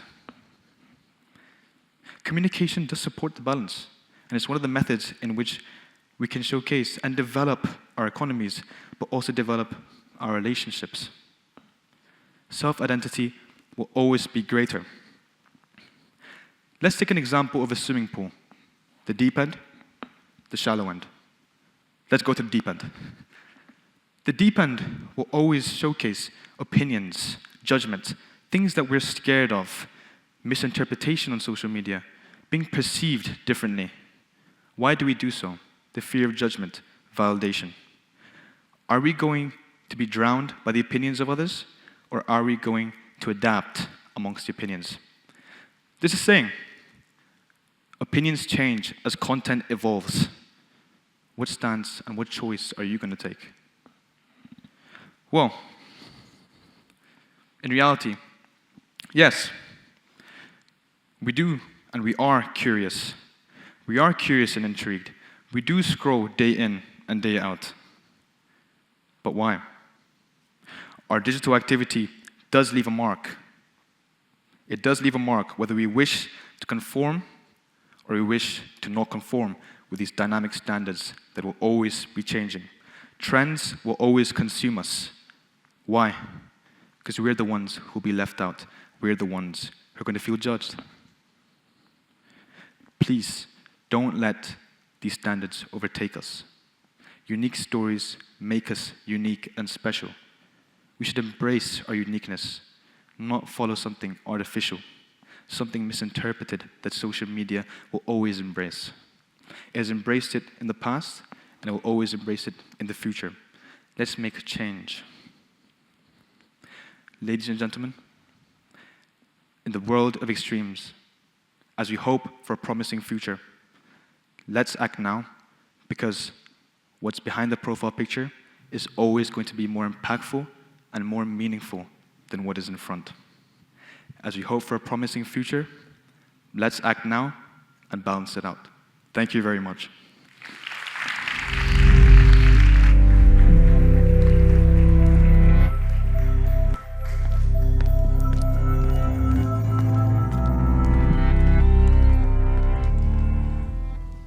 Thank you, Ariane. Our next speaker will be Arhan Choksky, whose talk explores what we get wrong about success.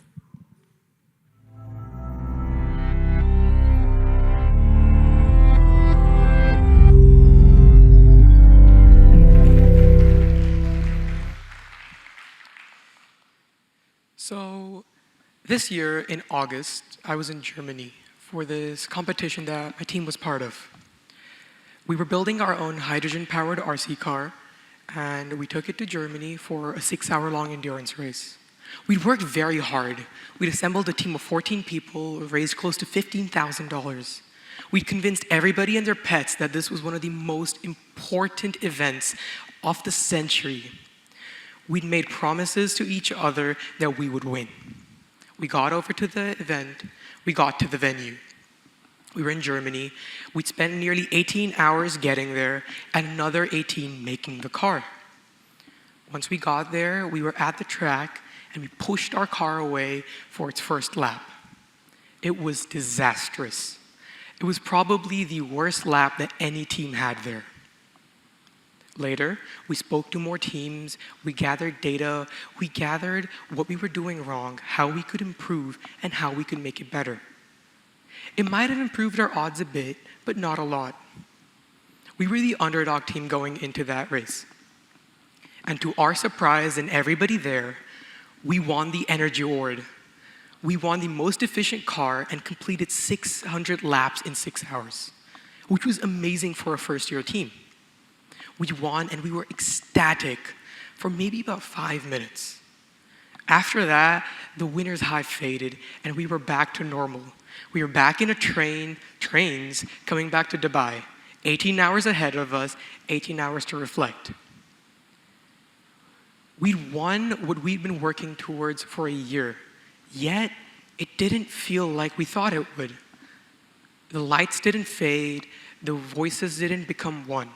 We weren't showered in confetti, and there wasn't firecrackers everywhere. It was as normal as it got. We had lunch at an Italian place, and we were late for our train. So that got me to thinking, what's wrong? Why can't I enjoy this? What's wrong with me that I'm too fixated on what's next? Well, the problem isn't with me. The problem's with us.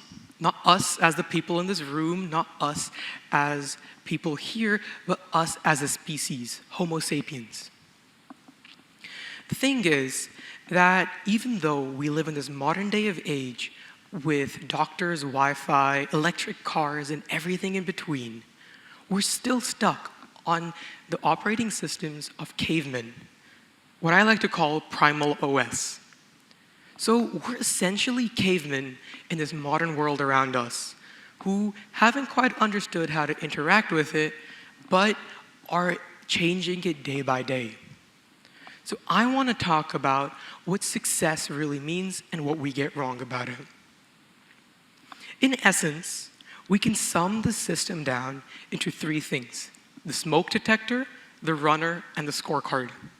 Sounds abstract, let me explain. The runner is what keeps us going. When cavemen were on the hunt, when we were running behind dinosaurs for dinner, let's call them bobs. This is our army of bobs.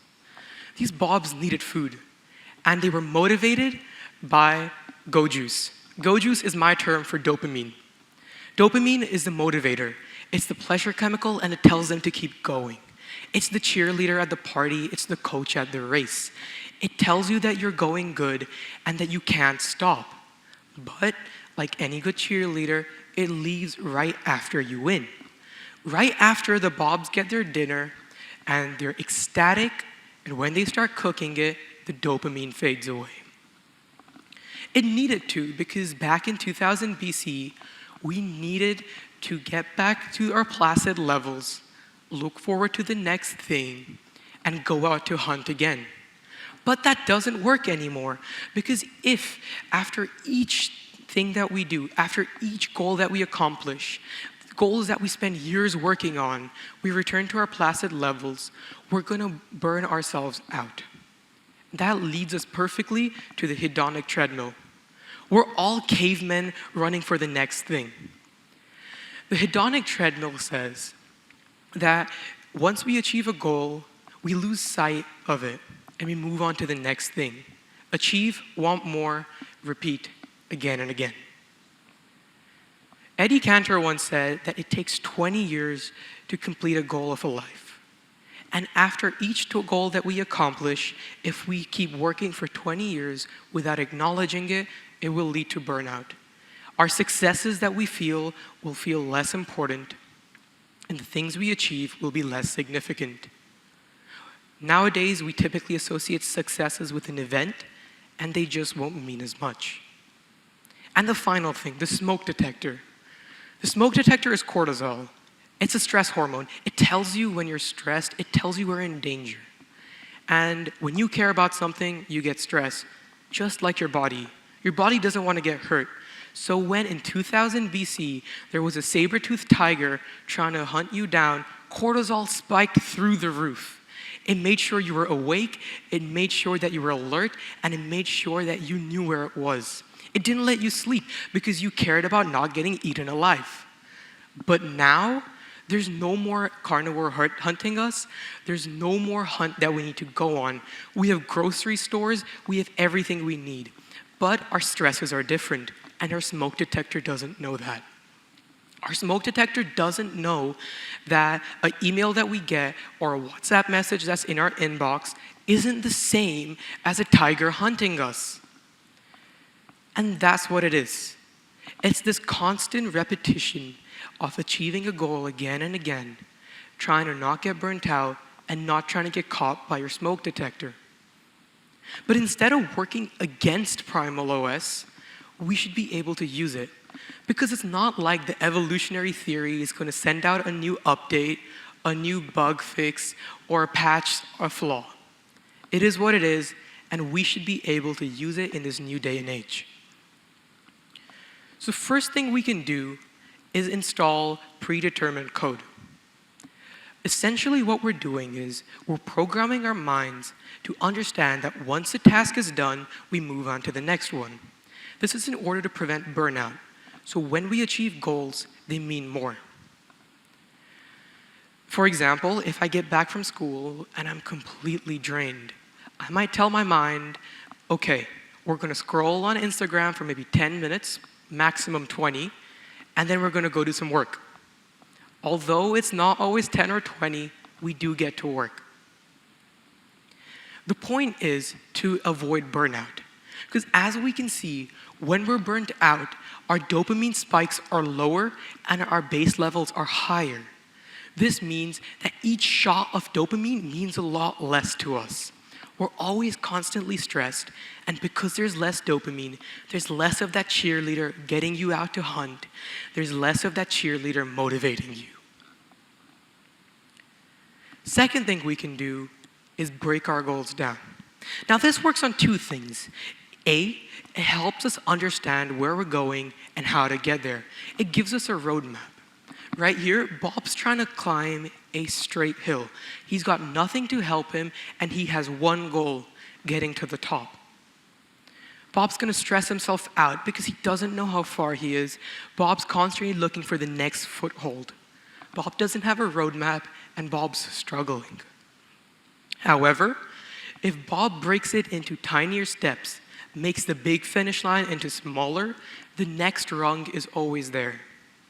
This gives your mind a time when you're going to get your dopamine. It schedules it, it regulates it. The scorecard in your head keeps ticking. It doesn't wait 20 years for your goal, but rather every day when you do one thing to get you closer, it ticks. This is the equivalent of me saying that in 6 months, I'm gonna build a car. Or me saying that every day I'm going to work on an aspect. May that be getting new wheels, duct taping it all together, or charging the batteries.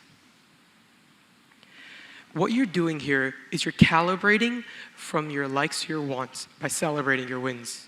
That brings me to the most important part. You have to celebrate your wins. I know we always thought that when we get that one thing we've wanted, the lights are going to dim, and the people are going to carry us on their shoulders. But the thing is, they don't do that. You have to do that for yourself. You have to throw the confetti yourself. You have to light the fireworks yourself, because these successes are personal to you. And by celebrating each success, we're changing our goals from wants, something we've wanted to accomplish for a year, into things that you like, a goal that you're happy that you accomplished, something that you've been successful at and you're happy you've done. Through this concept and idea, we can ensure that each success and each achievement means just as much. So let's rewind to Germany.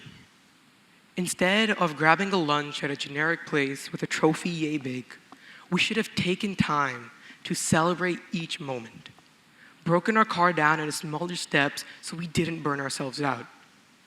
Because at the end of the day, success is what you make of it. It's not the finish line at the end, although we would love that. Every day is going to have a next one. And being successful is an internal thing. It's about you being content with your achievements and the things you've accomplished. It's about having the motivation to go out into the next day.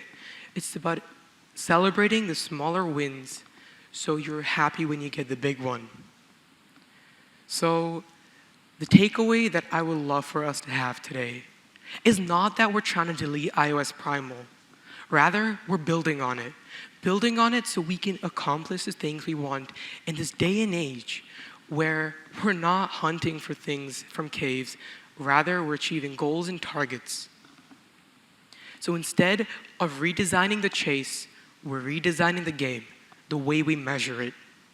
And that's how we can truly be happy with what we've accomplished. Thank you.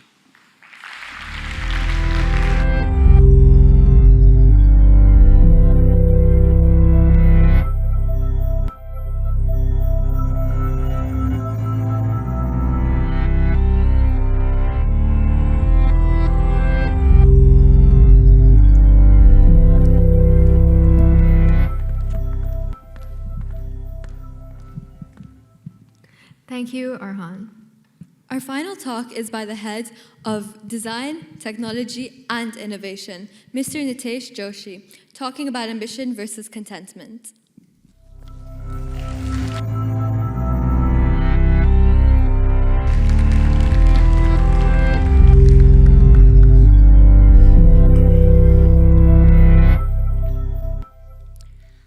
Have you ever chased a goal so hard you forgot why you wanted it in the first place?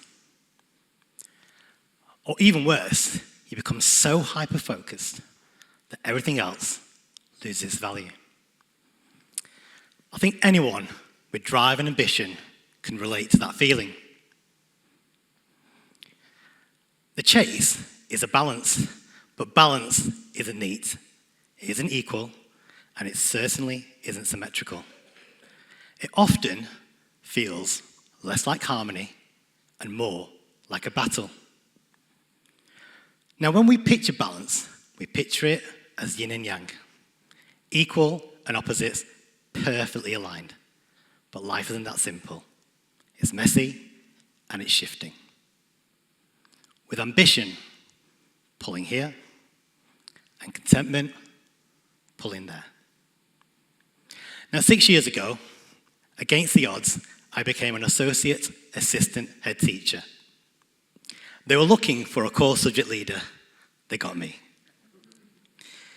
I loved the role, the responsibility, the leadership, and the opportunity to make a real difference. But I was also a husband and a father to a young family. Both gave me incredible joy, and both gave me purpose. But the constant feeling of not doing enough in either space, work, family, was exhausting. Work, family. And at times, I felt I was losing both. We live in a culture that glorifies the hustle. Work 18 hours a day, sleep when you're dead, outwork, outgrind, outdo. But here's the irony. The more we chase, the more the goalposts shift. That isn't ambition, that's addiction. And while the hustle culture screams, go faster, mindfulness whispers, pause, take a breath, and be present. But sometimes we're just far too busy scrolling through productivity hacks to even notice. So here's the paradox. How do we strive for more while appreciating the now? Now, that isn't a balance you come across just the once.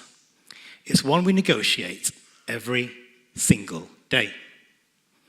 Now, I'm not going to stand here and pretend I know all the answers. Obviously, I don't. But there is one strategy that I've been using that's been really useful, and it's called the ambition audit. So whenever a new opportunity comes my way, I ask myself 3 questions. Does it have meaning? Will it build my mastery? And will it help others? A multiplier. Now, if the answer to all 3 of these is no, then it's probably just noise and doesn't really serve a purpose. And that little check just helps my ambition from running wild and serves something bigger than my ego. And even this TED Talk had to go through the same stringent process. Meaning, absolutely. Mastery, practice about 1,000 times, so I say yes. And multiplier, well, that's what I'm counting on you for. Now, for those of you who don't know, I'm a design and technology teacher, so I come across another balance daily. Good design versus bad design. And trust me, not all ideas are good ones. From the stunning looking chair that breaks the moment you sit on it, to the project so ambitious, it's taken 6 weeks, 3 glue guns, and divine intervention to put it together. Bad design happens when ambition ignores contentment. When you chase the wow before you've really nailed the why. And isn't life the same? When ambition ignores and outruns purpose, things break. So here's what I've learned. Ambition isn't the enemy. And contentment isn't laziness. They're both design principles for life. The Japanese have a wonderful phrase, ikigai, meaning purpose, a meaning for life, where what you love, what you're good at, and what the world really needs overlap. That's not just ambition. That's not just contentment. That's where passion meets peace. And that's design that lasts. And yes, I do have ambitions of being a senior leader and beyond. But then there's this.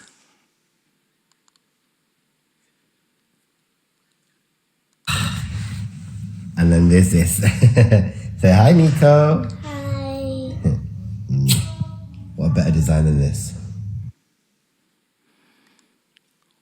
What better design than this? This is my balance, and this is my enough. Ambition drives us. Contentment grounds us. But together, they make life worth living. Thank you.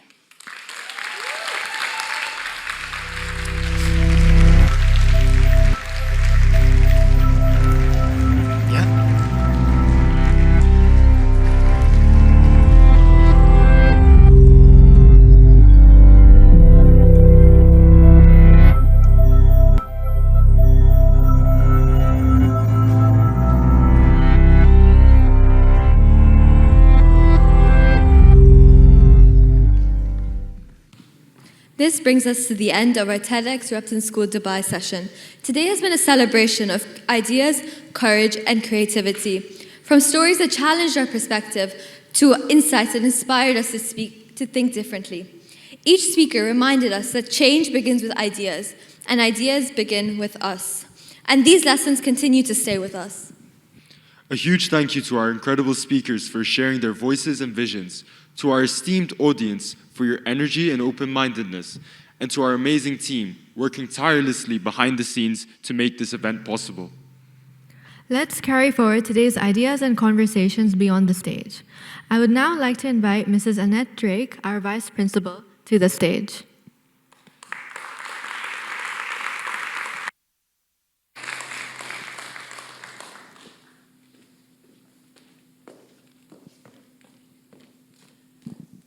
Actually forgot there how long space it was. I had to run to catch up. Thank you, guys. Sorry. I think we can all agree that this evening has been an absolute incredible reflection of the power of oracy, and that power has been utilised this evening. We've heard personal stories, we've heard compelling research, we've heard real-life examples that have challenged our thinking, our preconceptions, and our ideas about the world we live in today. It is no mean feat to command a stage like this. It's a very big one. The fear of performance is very real indeed. We heard about that earlier. And I think all of our speakers this evening have done an absolutely incredible job of both utilising language, the power of their language, the performance itself, to really make us think about everything that we've heard this evening, and really also showcase the incredible talent we have here at school. I'm incredibly proud this evening to be the head teacher in the seniors. I work with some wonderful teachers who have spoken this evening, and I've had the absolute pleasure of teaching some of these students who performed on stage this evening. They are the product of our wonderful school, and we couldn't be more proud of them. To that end, I would like to invite all of the speakers this evening back to the stage.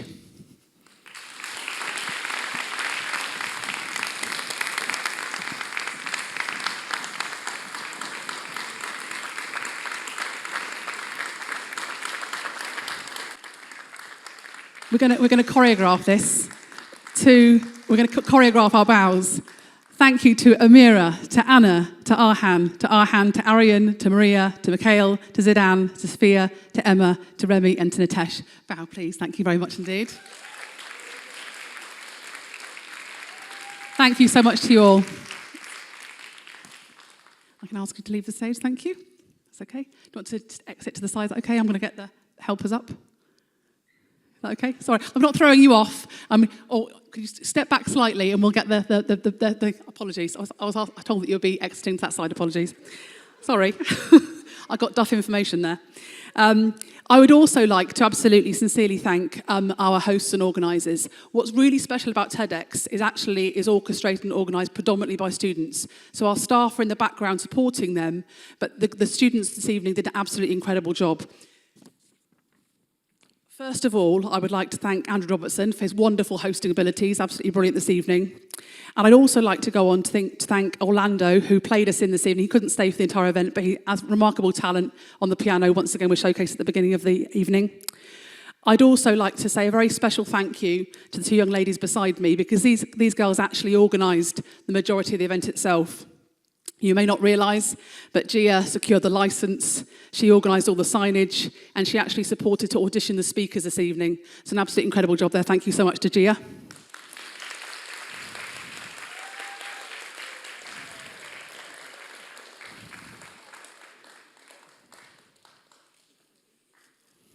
And she just received it already. But Vivia also, she created the programme alongside Mrs. Kalwani, and she liaised with all of the students throughout the process on the WhatsApp group, organising comings and goings, deliveries, etc., and all of the proceedings this evening. So thank you so much to you as well. Thank you.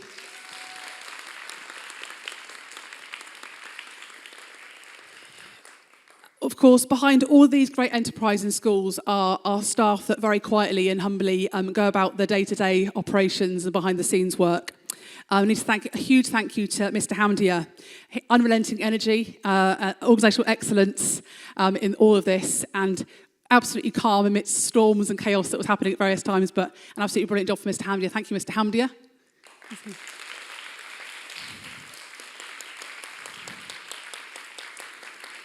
Thank you so much. And finally, a very heartfelt thanks to Mr. Wright. He oversaw the planning of this event with precision, but also with real heart and commitment. I know that it was very important to him to continue the legacy of TEDx that was started by Sean McDermott, who some of you will remember from previous years. And I think that we can all agree that he's done that absolutely spectacularly this evening in bringing this evening together and showcasing all of these wonderful talents in front of us. So thank you to Mr. Wright.